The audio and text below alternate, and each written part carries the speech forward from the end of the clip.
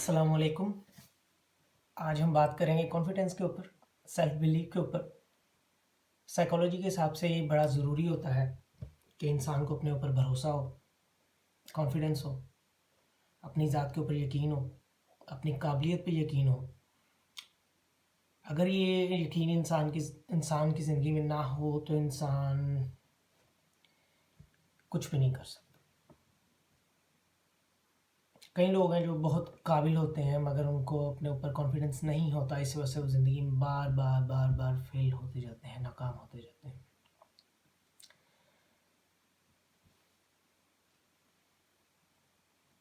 خود کے اوپر کانفیڈنس نہ ہونا، اپنی ذات کے اوپر یقین نہ ہونا، یہ انگزائٹی کی ایک بہت بڑی وجہ ہے سائیکالوجی کے حساب سے.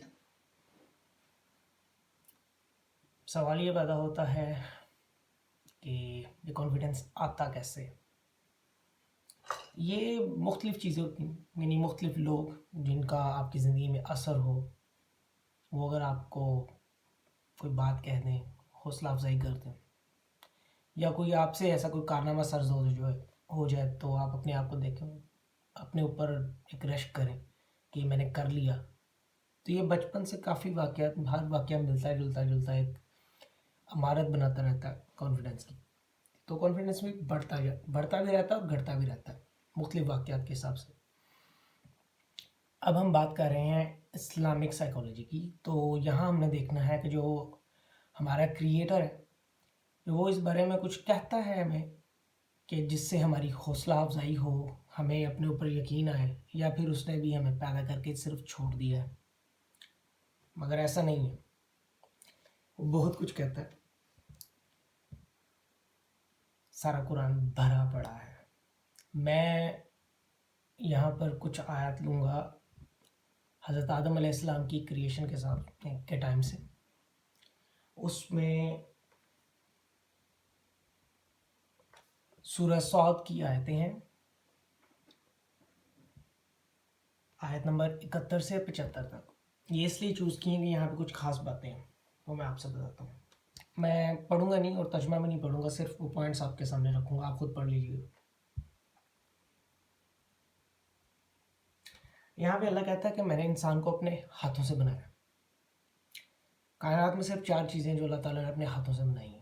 یہ بھی ایک حدیث ہے، آپ گوگل کر لیجیے، آپ کو پتہ چل جائے گا کیا دوسری کون سی 3 چیزیں. یہ بہت بڑے اعزاز کی بات ہے.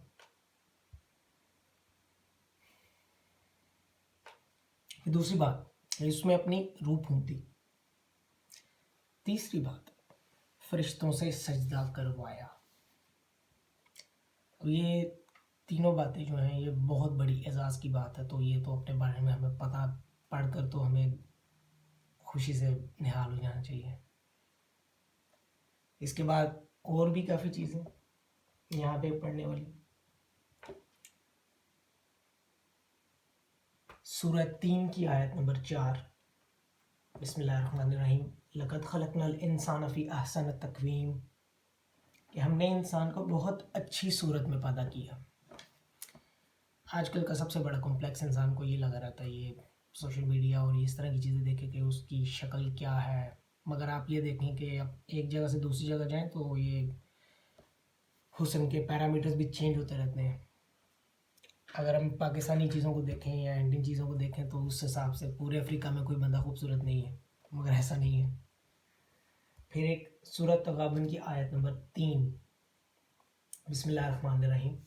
خلق السماوات والارض بالحق وصورکم فاحسن صورکم والیہ المصیر. اس نے آسمانوں اور زمینوں کو حکمت پر پیدا کیا، اور اس نے تمہاری صورتیں بنائیں، اور صورتیں بھی اچھی بنائیں. احسن یعنی حسن سے، اور اسی کی طرف تمہیں لوٹ کر آنا ہے. پھر سورہ اسراء آیت نمبر 70. وَلَقَدْ كَرَّمْنَا بَنِي آدَمَ وَحَمَلْنَاهُمْ فِي الْبَرِّ وَالْبَحْرِ وَرَزَقْنَاهُمْ مِنَ الطَّيِّبَاتِ وَفَضَّلْنَاهُمْ عَلَىٰ كَثِيرٍ مِّمَّنْ خَلَقْنَا تَفْصِيلًا. اور ہم نے بنی آدم کو عزت بخشی اور ان کو جنگل اور دریا میں سواری دی، اور پاکیزہ روزی عطا کی، اور اپنی بہت سی مخلوقات پر فضیلت دی. عزت دی، فضیلت دی، روزی دی. عزت بخشی اور سواری دی. یعنی یہ تو کچھ آیات ہیں جو میں نے چوز کی ہیں آپ کو بتانے کے لیے کہ جس سے ہمیں اندازہ ہو کہ جو ہمارا خالق ہے وہ ہمیں کیا کہتا ہے. مگر آپ دیکھیں تو قرآن بھرا پڑا ہے جس میں پیدائش سے متعلق یا ہمارے بارے میں کہ میں نے انسان کو عقل دی، شعور دیا، آنکھیں دیں، سننے کی طاقت دی. یعنی کوالٹی سے بھرا ہوا ہے قرآن انسان کے بارے میں کہ انسان کیا کیا کر سکتا ہے. پھر عقل والوں کے لیے بہت زیادہ باتیں کی گئی ہیں کہ آپ عقل استعمال کریں، اور عقل والوں کے لیے نشانیاں یہ وہ اس طرح کی کافی آیات ہیں. اب یہاں بات ایک اور آتی ہے کہ جب ہمیں کوئی بات کہتا ہے تو ہم اثر لے لیتے ہیں، مگر یہ اثر بھی ڈیپینڈ کرتا ہے کہ بات کہنے والا کون ہے. اگر وہ کوئی بڑے رتبے والا ہو تو اس کی بات کا بھی اثر ہوتا ہے. کوئی بڑا ہو جس کا ہم ادب اور احترام کرتے ہوں تو وہ بھی اثر ہوتا ہے. اس حساب سے میں نے کچھ سوچا کہ میں اللہ تعالیٰ کے بارے میں بھی کچھ یہاں تھوڑی سی شان بیان کروں تاکہ ہمیں اندازہ ہو کہ جس نے ہمارے لیے یہ باتیں کہیں وہ خود کیسی شان و شوکت کا مالک ہے. اس میں سب سے پہلی بات تو اگر ہم آیت الکرسی پڑھیں تو آپ سب جانتے ہیں، آپ پڑھتے ہیں، دوبارہ پڑھیے اور سمجھیں کہ اللہ تعالیٰ کی ذات اقدس کیسی ہے. باقی پھر اللہ تعالیٰ کے کچھ نام ہیں جو میں نے چوز کیے ہیں، سارے تو نہیں، کچھ نام چوز کیے ہیں تو آپ ان میں سے دیکھیں. المالک یعنی سب سے بڑا بادشاہ، الخالق سب کو پیدا کرنے والا، الغنی امیر سخی، المالک الملک ہر چیز کا مالک، العلیم مکمل علم والا، القوی سب سے زیادہ طاقتور، الرازق رزق دینے والا، اور الحق سچا. تو آپ یہ دیکھیں کہ جو خود ایسی شان و شوکت کا مالک ہے جو میں نے تھوڑی سی بھی بیان کی ہے، وہ آپ کے بارے میں جب ایسی باتیں کہتا ہے تو ہمیں اپنے اوپر بھروسہ کرنا چاہیے، اپنے آپ کو کم نہ سمجھیں، اپنی ذات پہ بھروسہ کریں اور زندگی کو کامیاب بنائیں.